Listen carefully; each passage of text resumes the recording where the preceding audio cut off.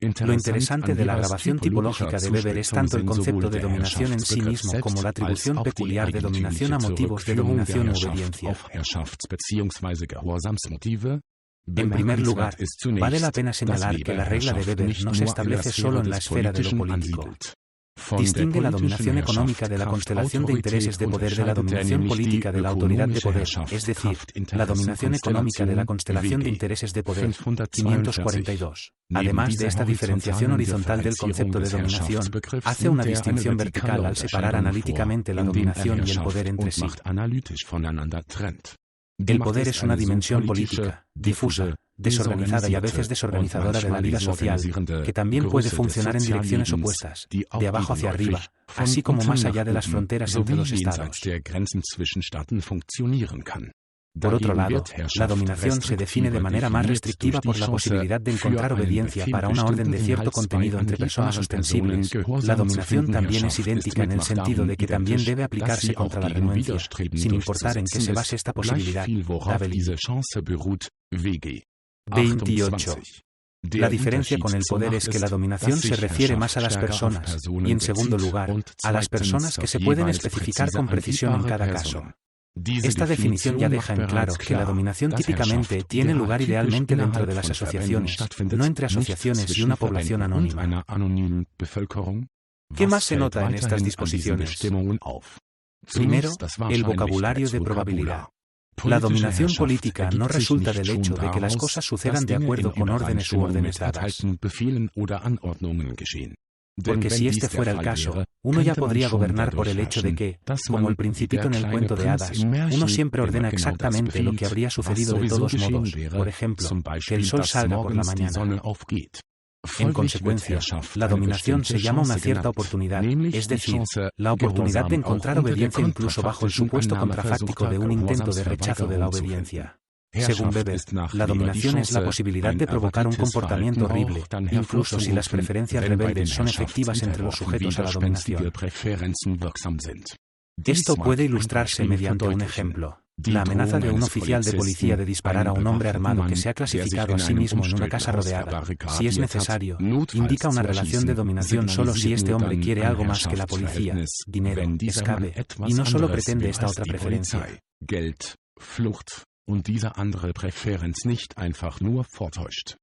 En el caso de que el hombre, como ha sucedido ocasionalmente recientemente, esté buscando la muerte por las balas de las pistolas de la policía, los criminólogos hablan de suicidios en K.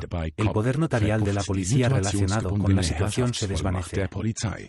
Además, la policía, como portadora de violencia física legítima, a su vez se vería obligada a actuar en contra de sus preferencias.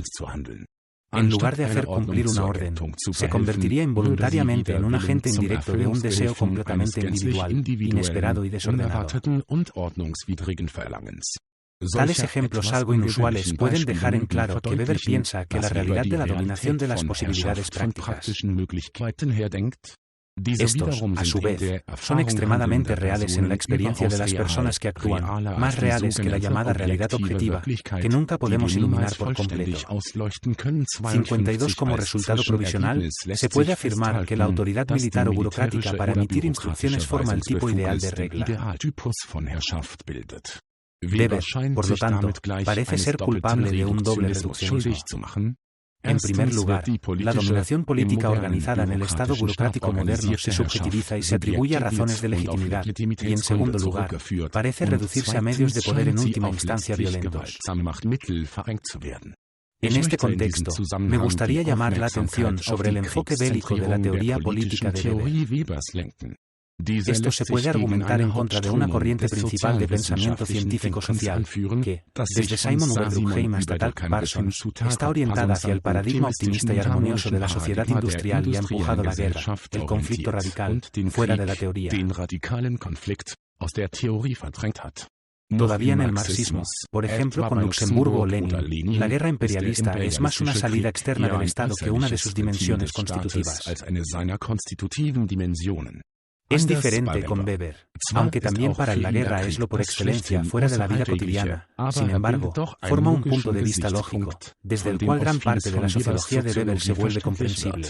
La guerra es, por así decirlo, el padre de no todas, sino de numerosas intuiciones de su teoría e historia de la sociedad, sin que Weber sea atribuible a una tradición militarista en sociología. 53. Si se quiere construir un precursor de pensadores más jóvenes, todavía se pueden trazar paralelos en el hielo con Michel Foucault, quien señaló repetidamente en sus conferencias que uno debe analizar el poder moderno no en términos de transferencia o contrato, sino de lucha, conflicto o guerra 54.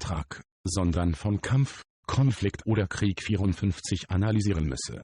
Ya en el ensayo temprano Las razones sociales de la caída de la cultura antigua 289 a 311, Weber hace de la guerra y sus repercusiones sociales internas, por ejemplo en los mercados de esclavos, el motor de la formación de clases y estados en la antigüedad 55, pero también para las comunidades políticas de la modernidad y sus formas de organización estatales y paraestatales. Es cierto que al final están constituidas por luchas a vida o muerte. GT 515. Dass sie letzten Endes durch Kämpfe auf Leben und Tod, WG 515, konstituiert werden. Es solo en el fuego de estas luchas que surge el prestigio en el que se basa la posición moderna de las asociaciones políticas.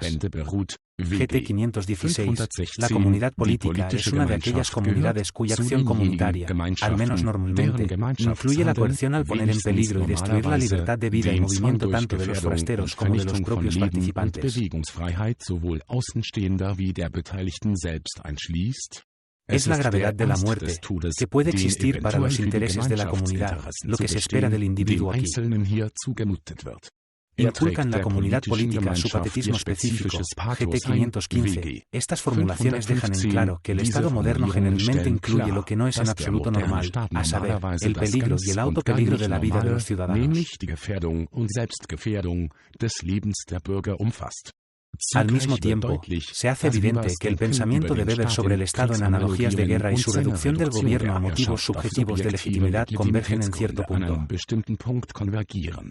Sin embargo, su concepto de comunidad política no es en modo alguno sinónimo de relaciones de mando y obediencia.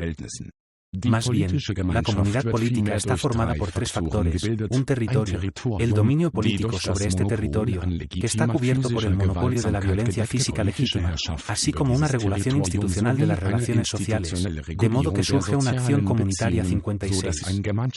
Notable para la sociología de Weber es el papel que tiene una reivindicación específica de legitimidad en la definición de la regla y el Estado. El Estado debe ser llamado una institución política si y en la medida en que su personal administrativo utiliza con éxito el monopolio de la coerción física legítima. Dabel y Neunundwanzig, aunque al final de la Primera Guerra Mundial Weber tiene en mente lo que significa cuando, por ejemplo, las armerías estatales son privatizadas en masa por Volkssoldat. Sin embargo, define al Estado no por un monopolio de facto sobre el uso de la fuerza, sino por una pretensión peculiar, la que se ha redimido con éxito. ¿Tiene derecho al uso legítimo de la fuerza? Esta es una diferencia pequeña pero significativa. El Estado nunca es solo un aparato objetivamente descriptible, sino que obedece a la fórmula, el personal administrativo del Estado más el reclamo de legitimidad. El factor decisivo es el sentido subjetivo que se le atribuye al aparato estatal, que puede ser descrito en términos técnicos, por un lado por la dirección política, por otro lado por los ciudadanos. Este significado es sinónimo de la creencia en la legitimidad, que a su vez puede definirse en términos de teoría de la acción, es decir, como normas que se cree que son racionales en la dirección de la devoción. Dabel 15. Sin un propósito para el significado, Weber concluye en otra parte: todo el aparato está fragmentado. PS 524. Lo siguiente es ahora importante: la creencia subjetiva en la legitimidad de los dominados se inflama por el prestigio de la asociación política de gobernantes, y este prestigio, a su vez, depende de la posición imperial del Estado respectivo en la arena internacional, como con los fanáticos del fútbol que siguen a su equipo exitoso. Escribe Randall Collins: la lealtad de los dominados al Estado depende de sus victorias. 57. Por el contrario, la pérdida de prestigio de un Estado aumenta las posibilidades de una revolución. Este es un aspecto importante del diagnóstico de Weber de la Revolución Alemana de 1918 y 1900. La historia del colapso de los 1918 en Alemania del gobierno legítimo mostró cómo la ruptura de los lazos de la tradición debido a la guerra, por un lado, y la pérdida de prestigio debido a la derrota, por otro lado, combinada con la habituación sistemática al comportamiento ilegal, sacudió igualmente la docilidad en el ejército y la disciplina laboral. Por lo tanto, preparó el derrocamiento del gobierno.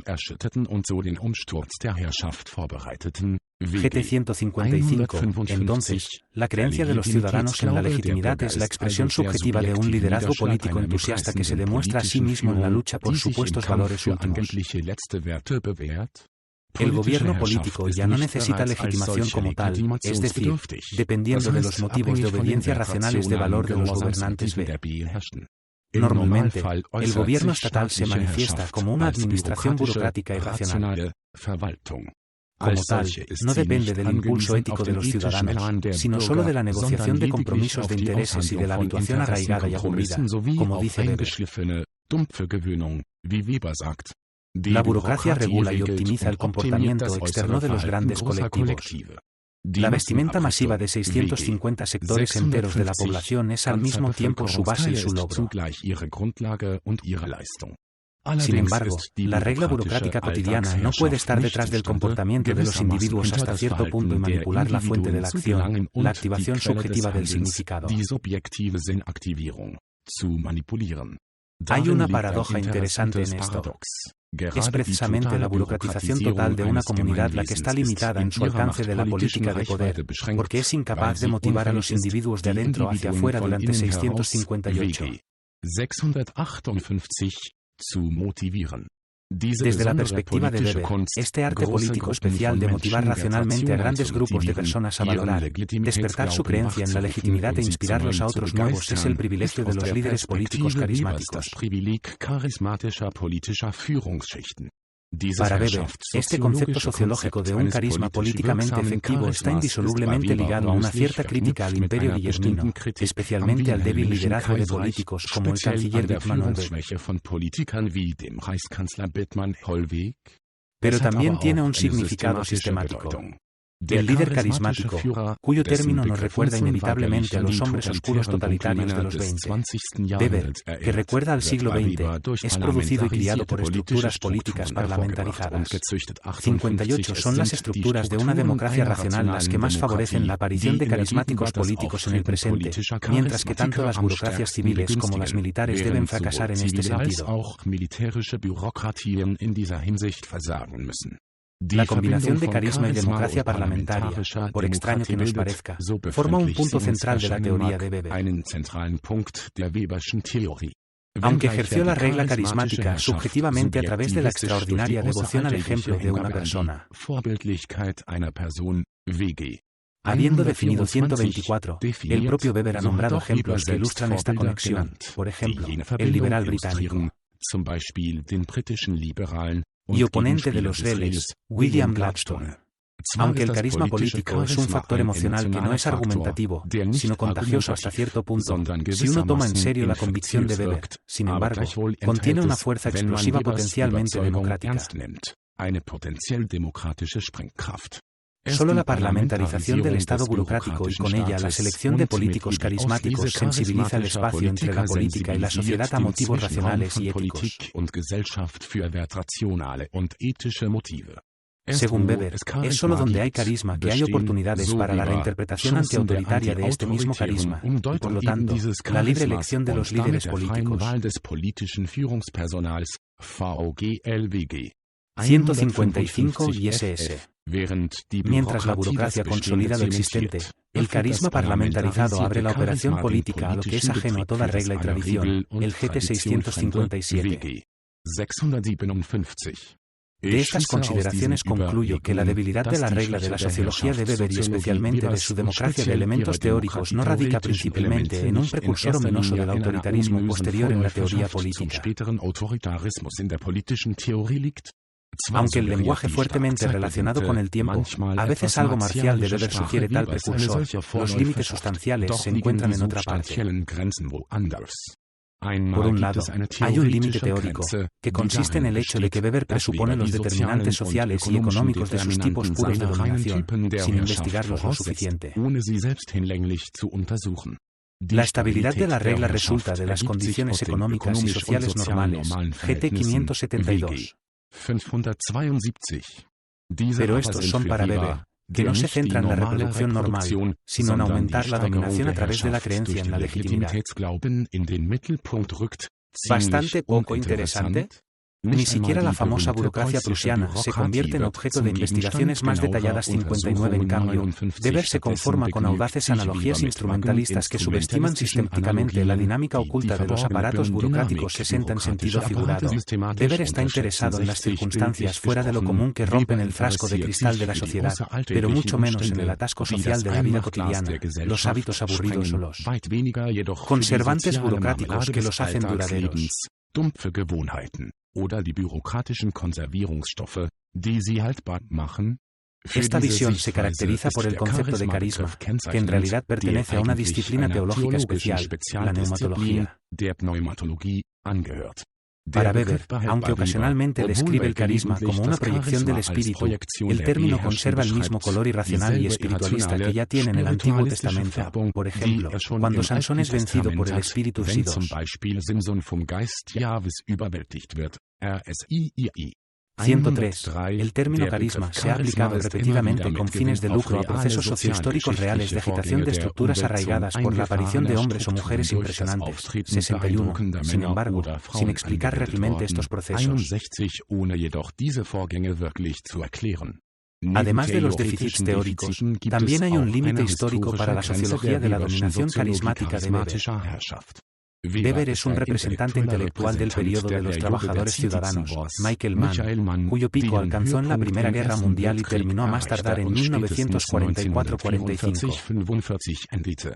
Para Weber, el problema ya no es la dependencia del gobierno político civil del reconocimiento de la población, sino la conexión de los éxitos de la guerra, los estilos políticos carismáticos, el apoyo popular al Estado y la expansión de los derechos civiles. Puede ser considerado como un precursor de la parlamentarización del Estado, que también prevaleció en Alemania como resultado de la Primera Guerra Mundial, con una interrupción por el nacionalsocialismo. Por supuesto, a lo largo del siglo ha quedado claro que la guerra es un obstetra de la democracia extremadamente poco confiable, sobre todo por la inestabilidad económica que inevitablemente causa y las consecuencias políticamente desestabilizadoras que siempre tuvo en mente Weber.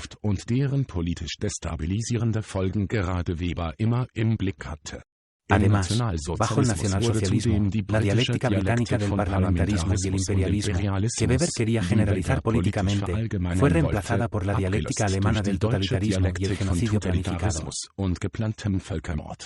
En el texto clave La política como profesión, Weber formuló una doctrina posclásica de la virtud en las condiciones de la política moderna.